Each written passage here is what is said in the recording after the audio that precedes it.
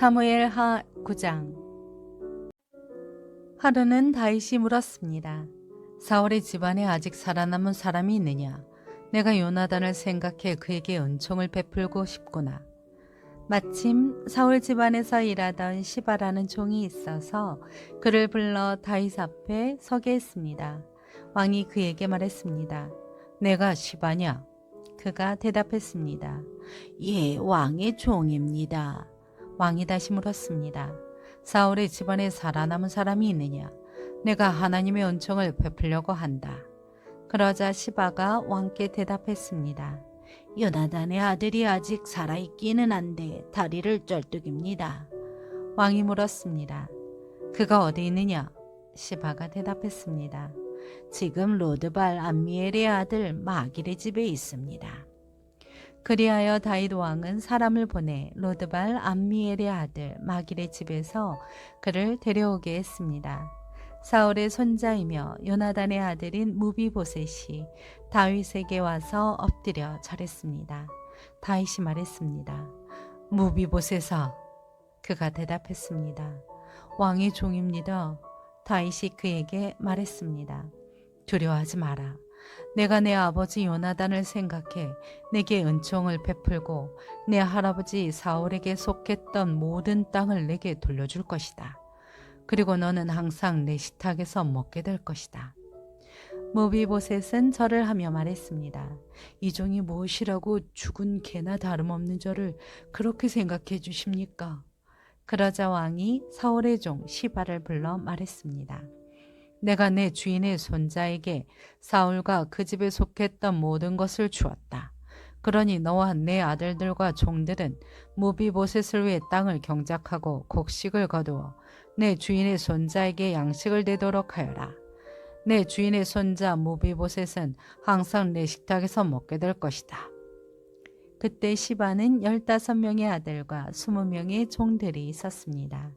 그러자 시바가 왕께 말했습니다. 당신의 종은 무엇이든 내 주 왕께서 종에게 명령하신 대로 하겠습니다.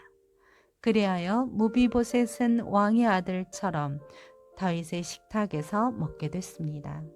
무비보셋에게는 미가라는 어린 아들이 있었습니다. 시바의 집에서 살던 모든 사람이 무비보셋의 종이 됐습니다. 무비보셋은 항상 왕의 식탁에서 먹었기 때문에 예루살렘에서 살았습니다. 그는 2다리를 절었습니다. 사무엘하 10장.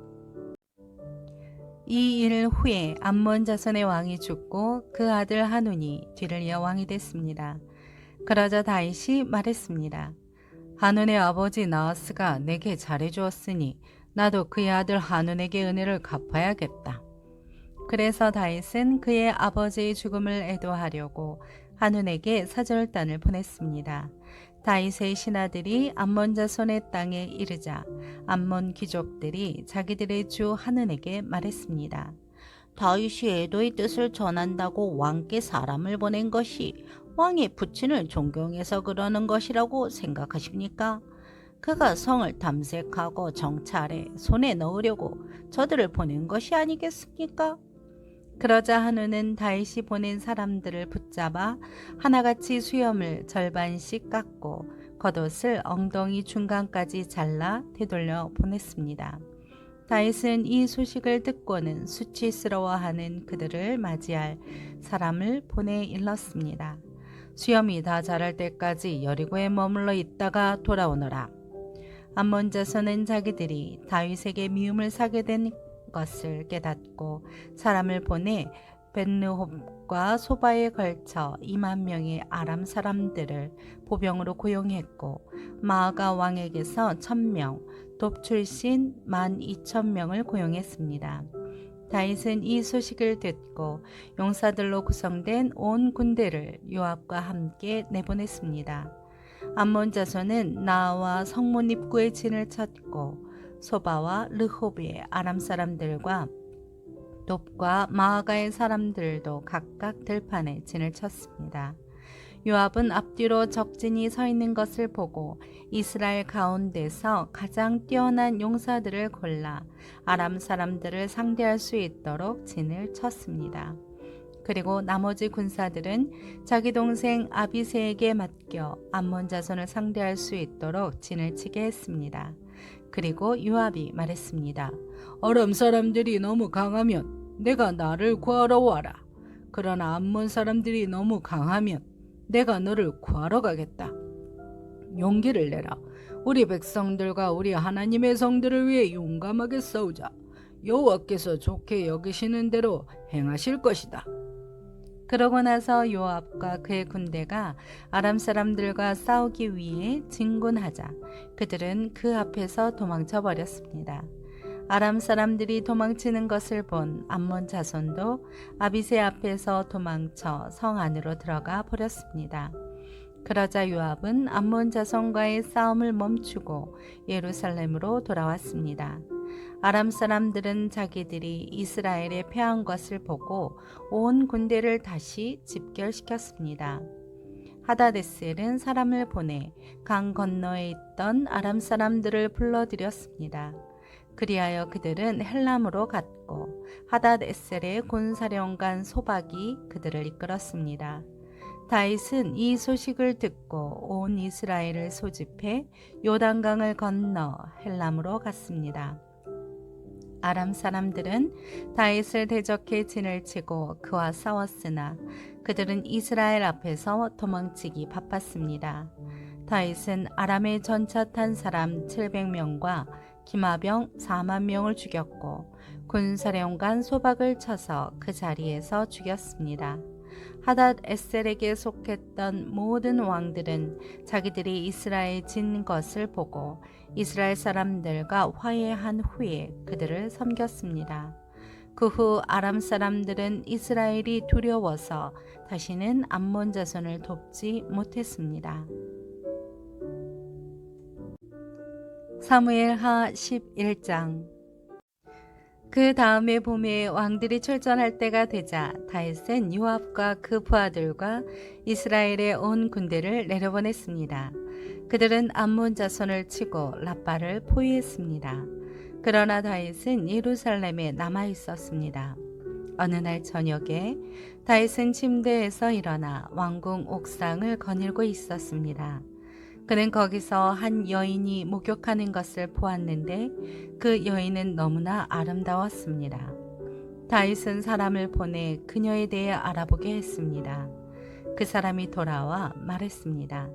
엘리암의 딸이며 햇사람 우리아의 아내인 바세바입니다. 다윗은 사람을 보내 그 여인을 데려오게 했습니다. 그때 마침 그 여인은 부정한 몸을 씻은 뒤였습니다. 그래서 다윗은 여인과 함께 잤고 그 후 여인은 집으로 돌아갔습니다. 그 여인은 임신하게 되자 다윗에게 자신이 임신한 사실을 알렸습니다. 그러자 다윗은 햇사람 우리아를 보내라고 요압에게 전했습니다. 요압은 우리아를 다윗에게 보냈습니다. 우리아가 오자 다윗은 요압의 형편이 어떠한지, 군사들은 어떠한지, 싸움의 상황은 어떠한지 그에게 물었습니다. 그러고는 다윗이 우리아에게 말했습니다. 내 집으로 내려가 목욕하고 쉬어라.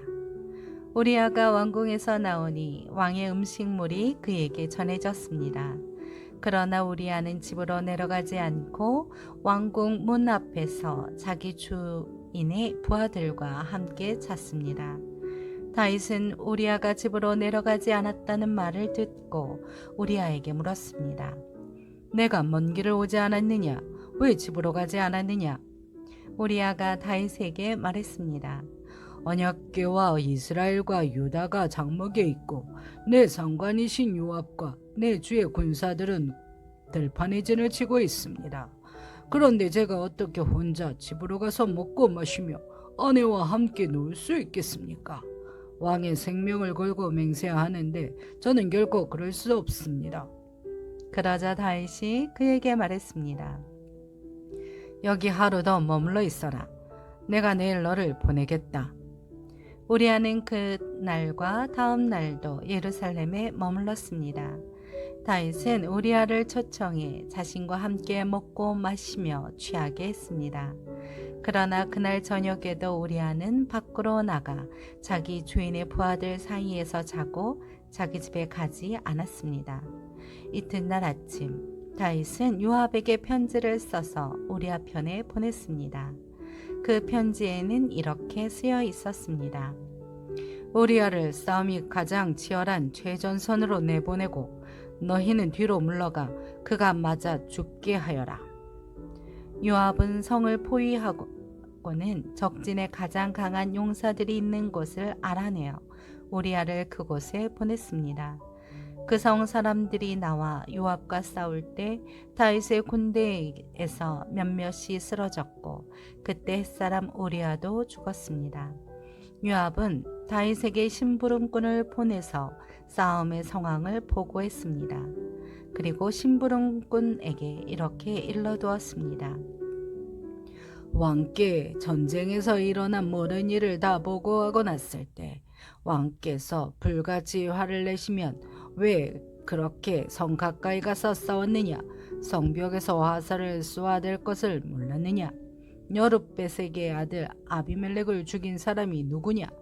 한 여자가 성벽에서 맷돌 위쪽을 던져서 그가 데베스에서 죽은 것이 아니냐? 왜 그렇게 성 가까이로 갔느냐? 하고 내게 물으시면 왕의 종 햇사람 우리아도 죽었습니다 라고 대답하여라. 심부름꾼은 길을 떠나 다윗에게 도착해 요압이 일러준 대로 모두 전했습니다. 심부름꾼이 다윗에게 말했습니다. 저들이 우리를 몰아내려고 들판으로 나왔지만 우리가 그들을 쳐서 성문 쪽으로 몰아갔습니다. 그러자 활 쏘는 사람들이 성벽에서 왕의 종들에게 화살을 쏘아댔고 왕의 군사들 몇몇이 죽었습니다. 또 왕의 종 햇사람 우리아도 죽었습니다. 그러자 다윗이 심부름꾼에게 말했습니다. 요압에게 이 일로 괴로워할 것 없다. 칼이라는 것은 이 사람도 죽이고 저 사람도 죽이는 법이다. 그 성을 더욱 맹렬히 공격해 함락시켜라 라고 말해 요압을 격려하도록 하여라. 우리아의 아내는 남편이 죽었다는 소식을 듣고 슬피 울었습니다. 슬픔의 기간이 끝나자 다윗은 사람을 보내 그녀를 자기 집으로 들였고 그 여인은 다윗의 아내가 되어 아들을 낳았습니다. 그러나 다윗이 한 이 일은 여호와께서 보시기에 악했습니다. 사무엘하 12장. 여호와께서 다윗에게 나단을 보내셨습니다. 그가 다윗에게 가서 말했습니다. 한 성에 두 사람이 살고 있었는데 한 사람은 부자였고 다른 사람은 가난했습니다. 부자에게는 양과 소가 아주 많았지만 가난한 사람은 자기가 사다가 키운 작은 암양 새끼 한 마리밖에 없었습니다. 그 양은 그의 자식들과 함께 자라며 그가 먹는 것을 같이 먹었고 그 잔에서 같이 마셨으며 그 품에서 잤습니다. 그 양은 그에게 마치 딸과 같았습니다. 하루는 부자에게 손님이 왔습니다. 하지만 그는 자기에게 온 손님을 대접할 때 자기 소나 양을 잡지 않고 가난한 사람의 그 새끼 양을 잡아 자기에게 온 손님을 대접했습니다. 그 말을 듣고 다윗은 불같이 화를 내며 나단에게 말했습니다. 여호와께서 살아계심을 두고 맹세하는데 이런 일을 한 그 사람은 죽어야 마땅할 것이다. 인정머리도 없이 그런 천하의 나쁜 짓을 했으니 그 새끼 양을 4배로 갚아주어야 한다. 그러자 나단이 다윗에게 말했습니다. 왕이 바로 그 사람입니다. 이스라엘의 하나님 여호와께서 말씀하십니다. 내가 내게 기름 부어 이스라엘을 다스릴 왕으로 세웠고 너를 사울의 손에서 구해주었다. 내가 내 주인의 집을 내게 주었고 내 주인의 아내들도 내 팔에 안겨주었다. 이스라엘과 유다의 집도 내게 주었다. 그리고 이 모든 것이 모자랐다면 내가 더 많이 주었을 것이다. 그런데 내가 어떻게 여호와의 말씀을 무시하고 여호와 보시기에 악한 짓을 했느냐? 네가 햇사람 우리아를 칼로 쓰러뜨리고 그 아내를 내 것으로 만들지 않았느냐? 너는 그를 암몬 사람의 칼에 맞아서 죽게 했다. 그러니 그 칼이 내 집에서 결코 떠나지 않을 것이다. 이는 내가 나를 업신여기고 햇사람 우리아의 아내를 내 것으로 만들었기 때문이다. 여호와께서 말씀하십니다. 내가 내 집에서 너를 대적하는 악을 일으키겠다. 내가 바로 내 눈앞에서 내 아내들을 데려다가 내 이웃에게 줄 것이니 그가 밝은 대낮에 내 아내들을 욕보일 것이다. 너는 아무도 모르게 그 짓을 했지만 나는 대낮에 온 이스라엘이 보는 앞에서 그렇게 할 것이다. 그러자 다윗이 나단에게 말했습니다. 내가 여호와께 죄를 지었습니다. 나단이 대답했습니다. 여호와께서 왕의 죄를 용서해 주셨으니 왕은 죽지 않을 것입니다. 하지만 이 일로 인해 왕이 여호와의 원수들에게 모독할 거리를 주었으니 왕이 낳은 아이가 죽을 것입니다. 나단이 집으로 간 뒤 여호와께서 우리아의 아내가 다윗에게 낳아준 아이를 치시자 그 아이가 병이 들었습니다. 다윗은 아이를 위해 하나님께 간절히 기도했습니다. 그는 금식하고 집으로 들어가서 땅바닥에 엎드려 밤을 지새웠습니다. 집안의 노인들이 그 옆에 서서 일어나기를 권했지만 다윗은 그 말을 듣지 않고 그들과 함께 먹지도 않았습니다. 7일째 되는 날 아이가 죽었습니다. 다윗의 종들은 아이가 죽었다는 말을 다윗에게 전하기가 두려웠습니다. 아이가 살아있을 때도 다윗 왕이 우리 말을 듣지 않았는데 아이가 죽은 것을 우리가 어떻게 말할 수 있겠는가? 그 소식을 들으면 왕께서 얼마나 상심하시겠느냐 하고 생각했기 때문입니다. 다윗은 자기 종들이 수근거리자 아이가 죽었음을 눈치채고 물었습니다. 아이가 죽었느냐? 그들이 대답했습니다. 그렇습니다. 죽었습니다. 그러자 다윗은 일어나 몸을 씻고 기름을 바르고 옷을 갈아입은 후 여호와의 집으로 들어가 경배를 드렸습니다. 그리고 자기 집으로 돌아와 음식을 가져오라고 해서는 먹기 시작했습니다. 그의 종들이 다윗에게 물었습니다. 이게 어찌된 일입니까? 아이가 살아있을 때는 금식하고 오시더니 지금 아이가 죽었는데 일어나 잡수시다니요. 다윗이 대답했습니다. 아이가 살아있을 때 내가 금식하고 오는 것은 혹시 여호와께서 내게 은혜를 베푸셔서 아이를 살려주실지도 모른다는 생각 때문이었다. 하지만 이제 그 아이가 죽었으니 왜 금식하겠느냐? 내가 그 아이를 되돌릴 수 있겠느냐? 나는 그 아이에게로 갈 테지만 그 아이는 내게 돌아오지 못한다. 그러고 나서 다윗은 자기 아내 밧세바를 위로하고 들어가서 그와 동침했습니다. 그리하여 밧세바는 아들을 낳았고 다윗은 아이의 이름을 솔로몬이라고 지었습니다. 여호와께서는 그 아이를 사랑하셨습니다. 여호와께서 그 아이를 사랑하셨기에 나단 예언자를 통해 그 아이의 이름을 여디디아라고 지어주셨습니다. 한편 요압은 암몬 자손의 라빠와 싸워 그 왕의 도성을 빼앗았습니다. 그러고 나서 요압은 다윗에게 심부름꾼을 보내 말했습니다. 제가 라빠와 싸워 도성으로 들어가는 급수 지역을 빼앗았습니다. 그러니 왕께서는 이제 남은 군사들을 모아 성을 내워싸 함락시키십시오.